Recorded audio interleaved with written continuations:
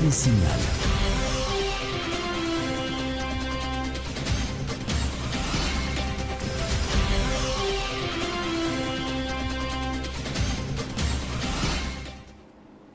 Mesdames, Messieurs, bonsoir. Après une longue période d'absence, me voilà de retour pour vous apporter le grand journal de Télésignal. Tout d'abord, les titres à la une. L'Assemblée nationale porte statuer sur le mandat de Jocelyn Privert reporté mardi dernier pour cause de sécurité se tiendra le 28 juin prochain. Annonce faite ce jeudi par le premier secrétaire du bureau de la Chambre basse. 27 des 54 candidats à la présidentielle de 2015 ont confirmé leur participation à l'élection du 9 octobre 2016. Leurs dossiers sont déjà acheminés à la direction des opérations électorales pour les suivis nécessaires. Dans l'actualité également, installation ce jeudi du cartel municipal de la commune de Delma, dirigé par Wilson Jeudi. En guise de discours de circonstance, le nouveau maire qui succède à lui-même a donné lecture du psaume 35. Et puis célébration ce 23 juin de la journée mondiale de la fonction publique. Autour du thème « La fonction publique, le moteur qui fait tourner la machine administrative ». L'OMRH appelle les fonctionnaires haïtiens à mobiliser leur potentiel pour une véritable réforme administrative en Haïti. Et puis à l'étranger, la Cour suprême des États-Unis a de facto bloqué ce jeudi une mesure emblématique du président Barack Obama relative à la régularisation temporaire de 4 à 5 millions d'immigrants majoritairement hispaniques. Voilà pour l'essentiel de l'actualité.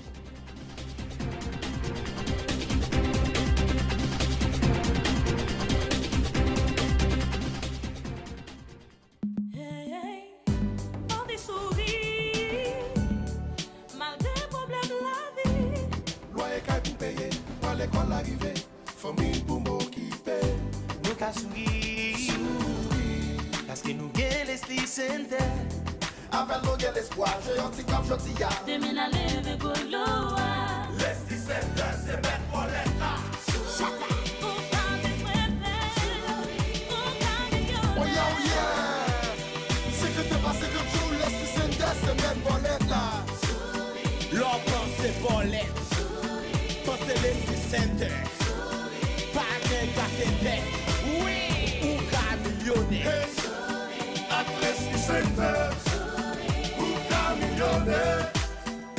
Leslie Center, Leslie Center, Leslie Center, Leslie Center. Who can millionnaire? Leslie Center, Leslie Center, Leslie Center, Leslie Center. 50 par 50 jours, Leslie Center, c'est mettre bolette là.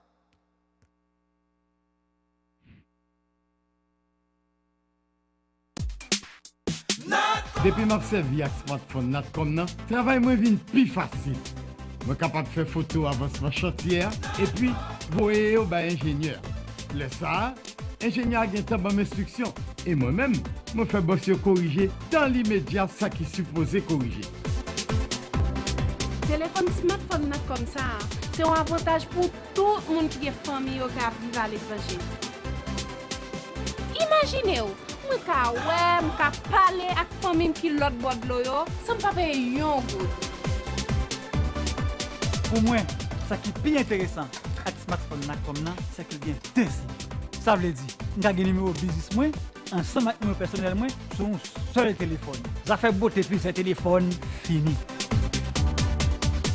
Avec smartphone non seulement je peux jouer vidéo, upload photos sur Facebook et puis chat avec amis, mais là, arrive pour faire devoir, je suis capable de faire recherche facile sur Google. Smartphone juste pas qu'à vivre sans lui. Nyon Haïti, yon réseau.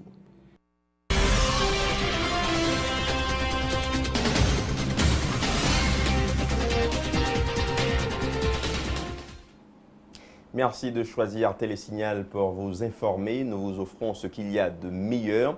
On rentre directement dans le développement du journal. L'Assemblée nationale devant statuer sur le mandat du président Privert se tiendra le 28 juin prochain. Annonce faite ce jeudi par le premier secrétaire du bureau de la Chambre basse, le député Abel Descollines, laquelle assemblée, rappelons-le, n'a pas pu se dérouler mardi dernier pour des raisons de sécurité.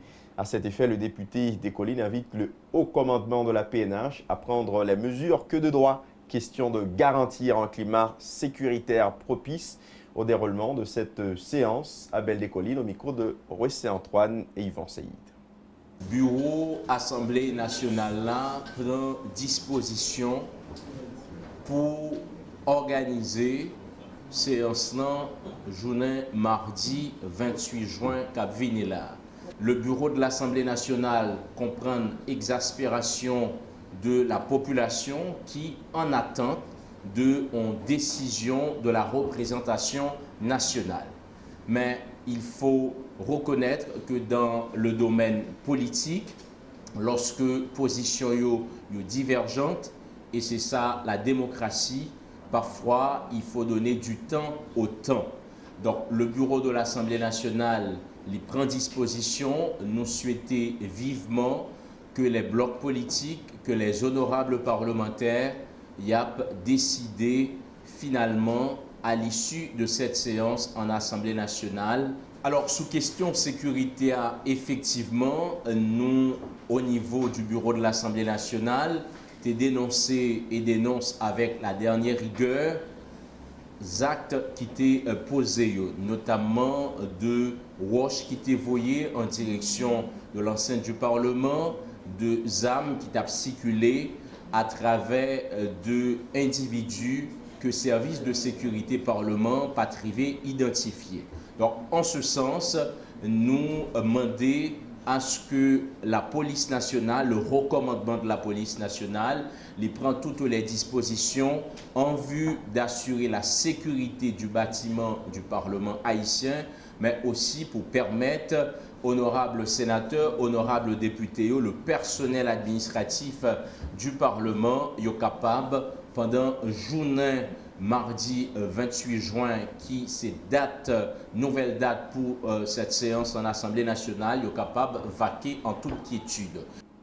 Dans un communiqué daté du 22 juin 2016, la représentante spéciale du secrétaire général des Nations Unies en Haïti, Sandra Honoré, condamne les actes de violence orchestrés contre le Parlement haïtien mardi dernier, qui a provoqué le report de l'Assemblée nationale devant statuer sur le sort du président Justin Privert. Madame Honoré dit souhaiter que l'enquête relative à cet incident aboutisse le plus vite que possible. Elle invite par ailleurs les parlementaires à faire preuve de responsabilité en permettant une solution pacifique à l'impasse actuelle à travers un vote à l'Assemblée nationale, et ce conformément à l'accord du 5 février, lit-on dans le communiqué. Autre point de l'actualité, parlons élection. Le processus de confirmation des candidatures pour la présidentielle de 2016, débuté le 8 juin dernier, a pris fin mercredi à minuit. Conformément au calendrier électoral, 27 candidats, dont Jovenel Moïse du PHTK, Jude Célestin de l'AP, Moïse Jean-Charles de Petite Dessalines et Maryse Narcisse de Formula Valas, ont confirmé leur participation. Les dossiers de ces candidats sont déjà acheminés à la direction des opérations électorales pour les suivis nécessaires, a confirmé ce jeudi le président du BED de l'Ouest 1 au micro de Pierre-Lunique Crevange et Samus David François. Au total, nous enregistré 27 candidats qui confirment participation dans la prochaine élection présidentielle. Pour l'instant, au niveau BED de l'Ouest 1, nous terminons avec l'étape de confirmation candidat. Nous déjà préparé tout dossier, nous acheminé dans la direction opération électorale. C'est direction opération électorale qui a fait suite nécessaire. Selon le calendrier électoral là, prochaine étape dans le travail BED de l'Ouest 1, c'est inscription pour candidat à Sénat. C'est la prochaine étape là. Ça. Elle a commencé à partir de 8 juillet pour le finir 21 juillet. Installation ce jeudi du cartel municipal de Delma, dirigé par Wilson Jeudi. En guise de discours de circonstance, le nouveau maire qui succède à lui-même a donné lecture du psaume 35. M. Jeudi entend faire le bilan de la situation actuelle et établir des stratégies de travail pour le reste de l'exercice. Ainsi, accorde-t-il un congé de 4 jours à tout le personnel de la mairie pour mieux lancer ces travaux. Wilson Jeudi au micro de Max Joseph. L'Éternel, défends-moi contre mes adversaires. Combat ceux qui me combattent. Saisis le petit et le grand bouclier. Élève-toi pour me secourir. Brandis la lance et le javelot contre mes persécuteurs. Et dis à mon âme, je suis ton salut. Qu'ils soient honteux et confus, ceux qui en veulent à ma vie. Qu'ils reculent et rougissent ceux qui méditent ma perte. Que ceux qui me haïssent sans cause ne m'insultent pas du regard, car ils tiennent un langage qui n'est point celui de la paix. Ils méditent la tromperie contre les gens tranquilles du pays. Ils ouvrent contre moi leur bouche. Ils disent, ah ah, nos yeux regardent. La nouvelle administration municipale devra prendre connaissance des dossiers en cours, faire le bilan de la situation actuelle, et établir en conséquence des stratégies de travail pour le reste de l'exercice. Ainsi, elle a pris la décision d'accorder un congé spécial de 4 jours, vendredi, lundi, mardi et mercredi, à tout le personnel, pour lui permettre de réaliser ce processus dans le cadre. Que Dieu bénisse Haïti, que Dieu bénisse la commune de Delma. Merci. De son côté, l'agent exécutif intérimaire de la commune de Delma, Yannick Mézil, a présenté le bilan de ses actions entreprises durant les 12 mois passés à la tête de la mairie de Delma. Elle a félicité le maire Jeudi pour ses travaux, faisant de Delma une des communes les plus développées du pays. Écoutons Yannick Mézil. En moins de 12 mois à la tête de cette municipalité, nous avons pu mener d'importants travaux de restructuration de la rue Charbonnière qui était en très mauvais état.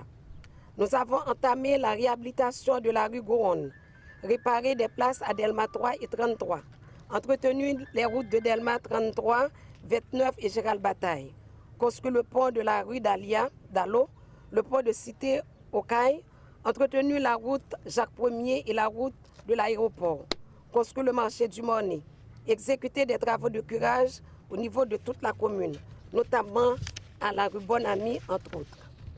Pour cela, nous avons voulu marcher sur le pas de notre prédécesseur, notre ami Wilson Jeudi, qui avait commencé avant nous et qui est celui qui a lancé la commune sur la voie du progrès. En notre nom et en celui de toute la population de la municipalité, nous présentons nos plus vives félicitations au nouveau maire de Delma, dont nous connaissons sa passion pour cette commune et sa réélection n'est que légitime dans la mesure où la population, nous autres dirigeants qui portons et Haïti en général, on ne peut espérer que le succès est la garantie d'une commune toujours en constant progrès et qui fera envie au reste du pays. Autre point, ce journal, lancement ce jeudi par le ministère de la Planification et de la Coopération externe des travaux de l'élaboration du programme triennal d'investissement 2017-2019. Le rôle principal de ce document est de donner une meilleure orientation à la politique de développement et d'investissement du gouvernement. Le titulaire du MPCE, qui a procédé au lancement officiel des travaux, a fait savoir que cette initiative participe de la volonté de l'équipe en place d'assurer de manière responsable et réfléchie la continuité de l'État. Le ministre Aviol Fleurin. Le PTI 2017-2019 sera élaboré autour de 2 axes stratégiques fondamentaux, à savoir d'une part la réduction significative de la pauvreté et des inégalités, d'autre part la promotion d'une croissance soutenue, équitable et durable. Pour ce faire, l'emphase sera portée sur les thématiques suivantes. Premièrement, la problématique territoriale, gouvernance, compétences territoriales et aménagement du territoire, effet des changements climatiques, gestion des risques et désastres, renforcement de la résilience. Deuxièmement, la problématique de la croissance, secteur stratégique prioritaire, filière porteuse, niveau des investissements. Troisièmement, la question de la pauvreté et de la sécurité alimentaire. Quatrièmement, la question du financement, du développement, à savoir mobilisation des ressources, prêts concessionnels, marché financier. Cinquièmement, la promotion des investissements privés et la concrétisation des opportunités d'affaires.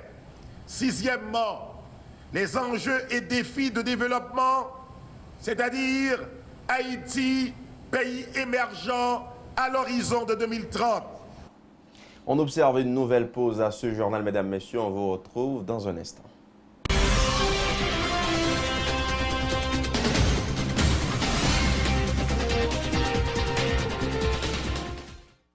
Ministère santé publique a fait population en connaît gen un virus qui pote non Zika qui rive dans pays d'Haïti, même gens li rive dans quelques pays l'Amérique latine et Caraïbes.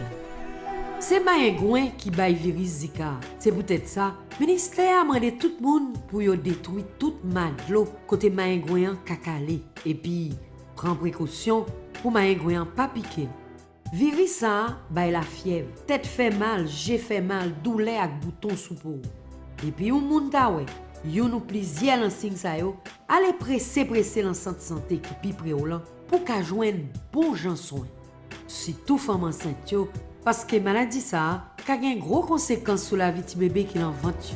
C'était un message, ministère santé publique à population.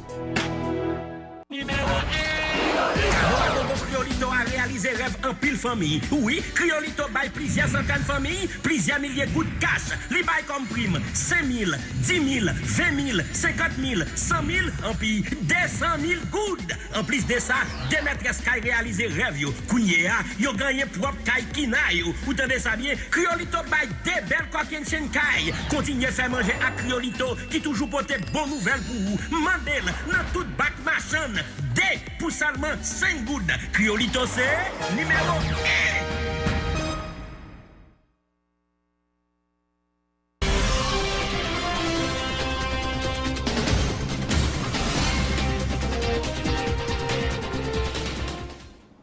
On est de retour pour la seconde tranche du journal, en prélude à la journée mondiale de la lutte contre la drogue, célébrée tous les 26 juin. La Commission nationale de lutte contre la drogue a organisé ce jeudi en son local à Frères un atelier de travail avec des acteurs de la chaîne pénale haïtienne. L'initiative vise à faciliter une meilleure harmonisation des acteurs dans la lutte contre les narcotrafiquants, a expliqué le coordonnateur de la CONALD.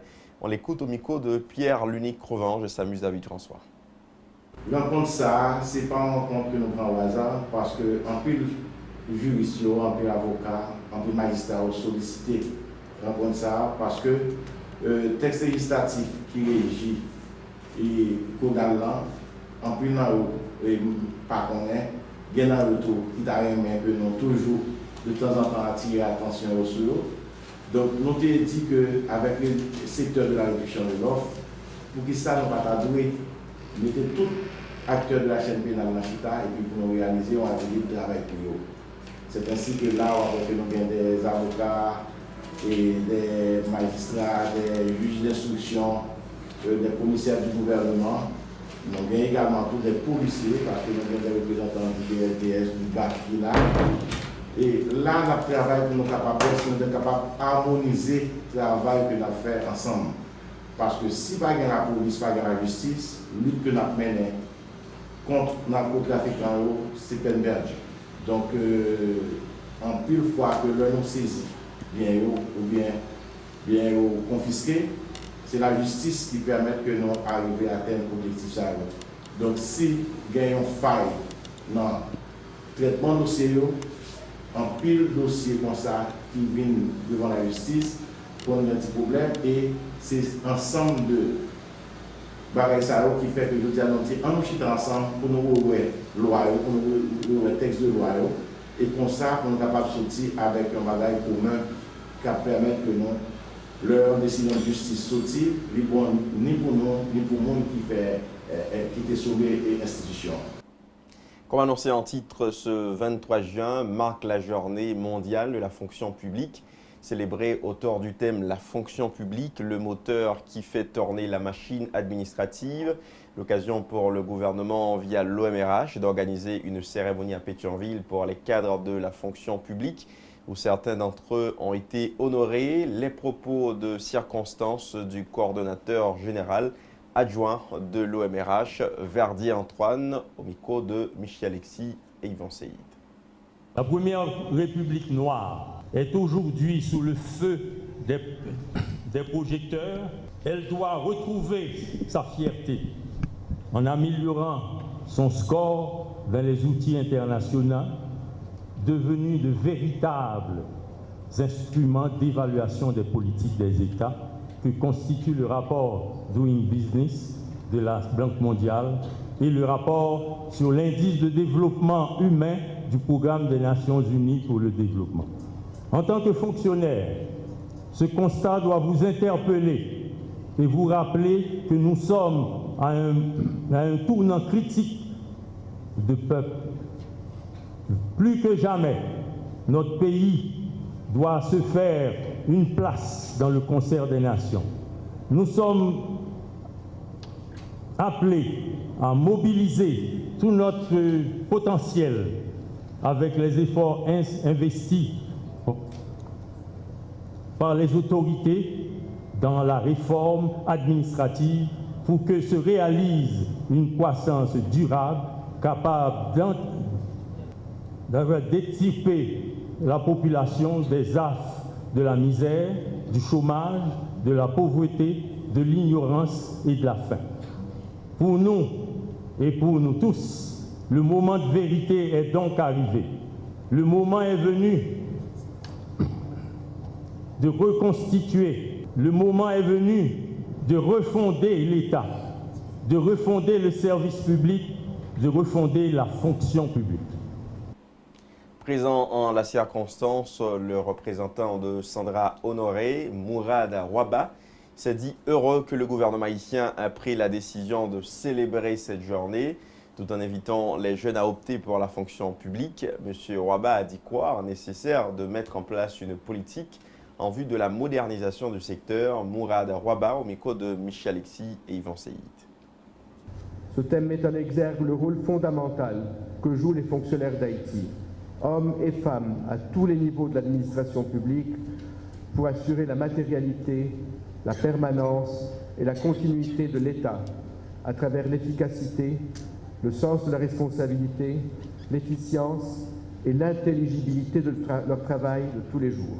Symbole d'heureuses initiatives entreprises par les autorités haïtiennes en vue du renforcement des capacités, tant des institutions que des ressources humaines, je profite de cette tribune pour saluer et encourager les efforts et les actions conjuguées de l'Office de Management et de Ressources Humaines, OMRH, de l'École nationale d'administration et de politique publique, ENAP, inscrit dans le plan cadre de la réforme de l'État, qui vise à moderniser la machine administrative de l'État haïtien en la dotant de ressources humaines qualifiées et d'un système de management public adéquat pouvant répondre aux attentes de la population et aux critères de compétitivité en matière de fourniture de services de qualité.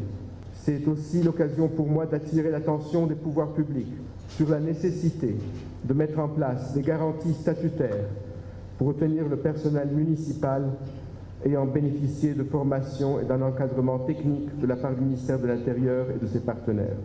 Je saisis par ailleurs cette opportunité pour inviter les jeunes haïtiennes et les jeunes haïtiens à opter pour la carrière de fonctionnaire, et je remercie enfin tous les fonctionnaires haïtiens pour leur engagement, leur sens du dévouement, et je les encourage à continuer d'œuvrer.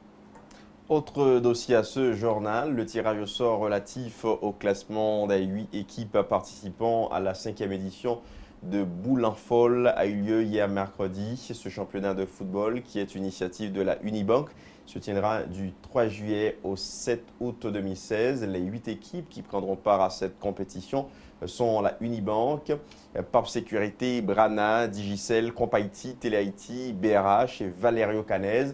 Écoutons en ce sens les précisions de Guy Supplice. Il est le vice-président du conseil d'administration de la Unibank. Cette petite rencontre prend l'allure depuis quelque temps d'un rendez-vous traditionnel que nous donnons à nos amis de la communauté des affaires en les invitant à participer, comme Thomas l'a mentionné, à ce championnat de football intersociété que nous avons lancé il y a de cela 5 ans. 5 ans depuis qu'effectivement, à l'initiative de la Unibank, on a voulu créer cette atmosphère de convivialité, pas seulement entre les collaborateurs de la Unibank, mais également avec nos amis de la communauté des affaires. Donc c'est ainsi que Boule-en-Folie a pris naissance il y a de ça 5 ans et aujourd'hui est à sa 5e participation. Aujourd'hui, c'est une occasion pour moi de remercier toutes les équipes qui participent à cette 5e édition. Je voudrais citer d'abord PAP Sécurité.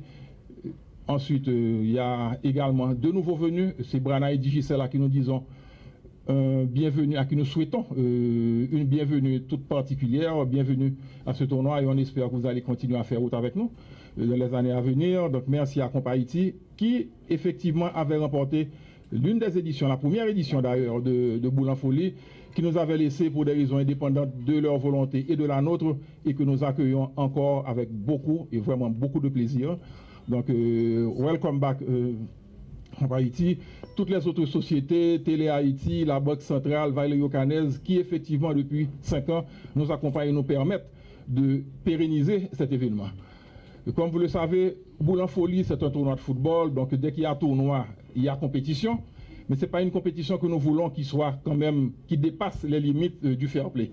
Donc c'est pourquoi nous encourageons toutes les équipes participantes, nous encourageons les dirigeants des entreprises qui vont participer à créer cet esprit de convivialité au sein de leur personnel de façon à assurer la réussite et le plein succès de cette 5e édition de Boule-en-Folie.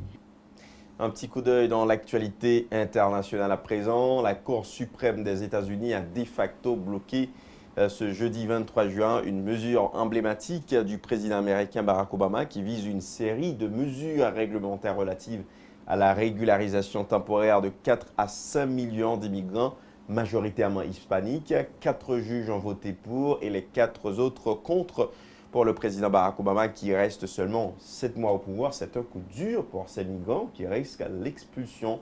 Reportage Euronews.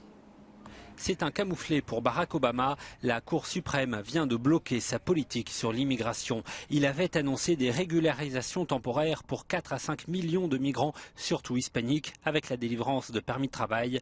Une vingtaine d'États, pratiquement tous à majorité républicaine, refusaient de les appliquer. C'était pourtant l'un des dossiers prioritaires du président américain qui doit quitter la Maison-Blanche dans 7 mois. La décision d'aujourd'hui est frustrante pour tous ceux qui cherchent à faire croître notre économie et apporter un nouveau sens à notre système d'immigration pour permettre à ces personnes de sortir de l'ombre et éloigner ce nuage perpétuel sur eux. Le président américain a rajouté « Nous sommes une nation d'immigrants. L'immigration n'est pas quelque chose dont il faut avoir peur ». Près de 11 millions de migrants seraient en situation irrégulière aux États-Unis. Près de la moitié sont originaires du Mexique. La Maison-Blanche voulait régulariser les clandestins habitant depuis plus de 5 ans aux États-Unis sans casier judiciaire et ayant au moins un enfant américain.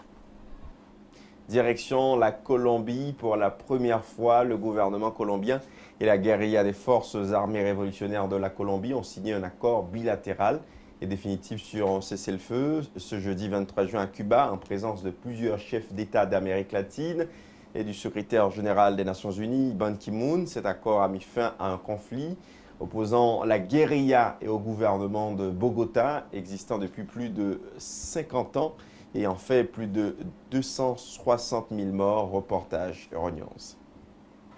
C'est une signature historique pour la Colombie. Un accord de cessez-le-feu a été signé à Cuba entre le gouvernement et les FARC pour mettre fin à plus de 50 ans de guerre civile, un conflit qui a fait plus de 200 000 morts. C'est Rodrigo Londoño, surnommé Timoshenko, le commandant des FARC, qui a apposé sa signature. Un des négociateurs du groupe armé a annoncé que ce 23 juin serait le dernier jour de la guerre. Avec cet accord, un cessez-le-feu bilatéral doit être appliqué, ainsi qu'une réforme agraire. Les Nations Unies vont superviser un programme de récupération et de destruction des armes des guerrilleros qui seront logés dans des camps spécifiques interdits aux civils.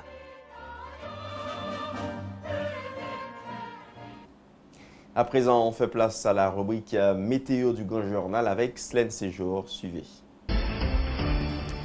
Bonsoir tout le monde, bienvenue dans le bulletin météo pour Assoya qui est en condition de temps présenté dans le Caraïbe et l'Atlantique. Nous avons l'air relativement humide et instable, c'est lui-même qui a influencé les conditions météorologie bassin Caraïbe pour Assoya. Et les supportés par un environnement qui est plus ou moins humide, c'est lui-même qui a généré activité nuageuse dans le pays d'Haïti, jeudi et demain si Dieu veut. Kounia, c'est le moment pour nous connaître que la température présentée dans plusieurs villes dans le pays d'Haïti. Nous avons une température qui a varié sur tout le territoire pays d'Haïti, entre 25 et 21 degrés. Jeune Cap a même température pour Assoya, c'est Okaï, Jérémy qui a 25 degrés. Jacmel, Miragouane qui a 24 degrés. Gonaïve, Fort Liberté qui a 23 degrés, et Port de Paix qui a 21 degrés, et puis Cap-Haïtien lui-même qui a 22 degrés. Pour Port-au-Prince lui-même, température est à 23 degrés. La fait bon, on a un ciel nuageux. Il est possible pour gagner la pluie avec l'orage dans plusieurs endroits. À Port-au-Prince, on a un vent calme qui a pris direction nord-est à une vitesse 10 km/h. C'est toujours la même situation pour tout capitaine bateau qui est dans la zone côtière nord et la zone côtière sud. Nous avons dit que nous avons agité notamment au large. Nous avons dit pour prendre un peu de précaution et nous avons conseillé tout pour ne pas entrer dans la mer. Et pour le golfe de la Gonave, nous avons dit que nous avons peu agité. Nous avons dit pour être prudent quand même. Jeudi, un soleil à lever à 5h14, lit couché à 6h29. Kounia, c'est le moment pour nous connaître qui est en condition temps présenté dans le pays États-Unis. Gros la pluie tombée dans l'État Floride, la cause d'un paquet de dégâts matériels. Pour le moment, il n'y a pas déclaré aucune victime. Proverbe nous poissons à dit l'argent pas gain l'odé. Merci tout le monde qui t'a suivi le bulletin météo pour Assoya. Nous souhaitons une excellente soirée sur Télésignal. Dernier rappel des titres de l'actualité. L'Assemblée nationale pour statuer sur le mandat de Jocelyn Prévert reporté mardi dernier pour cause de sécurité se tiendra le 28 juin prochain. Annonce faite ce jeudi par le premier secrétaire du bureau de la Chambre basse. 27 des 54 candidats à la présidentielle de 2015 ont confirmé leur participation à l'élection du 9 octobre 2016. Leurs dossiers sont déjà acheminés à la direction des opérations électorales pour les suivis nécessaires. Et puis dans l'actualité également, installation ce jeudi du cartel municipal de la commune de Delma dirigé par Wilson Jeudi. En guise de discours de circonstance, le nouveau maire qui succède à lui-même a donné lecture du psaume 35. Et puis célébration ce 23 juin de la journée mondiale de la fonction publique. Autour du thème la fonction publique, le moteur qui fait tourner la machine administrative, l'OMRH appelle les fonctionnaires haïtiens à mobiliser leur potentiel pour une véritable réforme administrative en Haïti. À l'étranger, la Cour suprême des États-Unis a de facto bloqué ce jeudi une mesure emblématique du président Barack Obama relative à la régularisation temporaire de 4 à 5 millions d'immigrants, majoritairement hispaniques. Voilà qui met un terme à ce journal, mesdames, messieurs. Merci à vous tous de l'avoir suivi. Bonne suite de programme sur Télésignal.